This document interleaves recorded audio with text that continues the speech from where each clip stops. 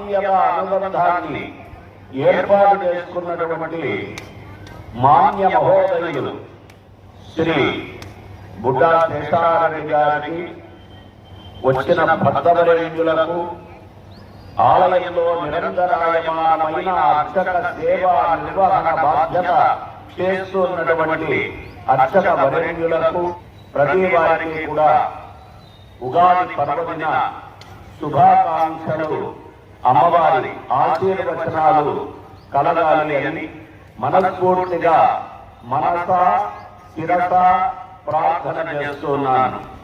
సంవత్సరంలో పంచాంగ శ్రవణం ఇదేమి సామాన్యమైనటువంటి కార్యక్రమం కాదు.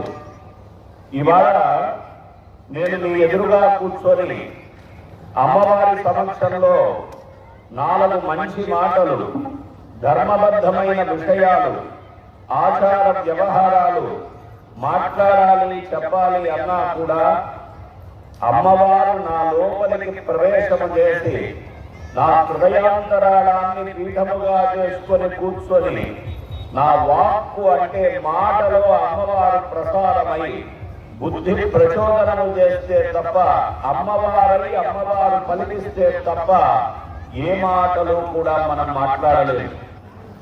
అంత గొప్పతనం కలిగినటువంటి ఈ మహత్తరమైన ఈ గ్రామంలో అంకాళ పరమేశ్వరి అమ్మవారు, అంకాళ పరమేశ్వరి అనేటువంటి అమ్మవారిని ఒక గ్రామ దేవతగా సంబోధన చేస్తూ ఉన్నటువంటి వారై ఉన్నారు.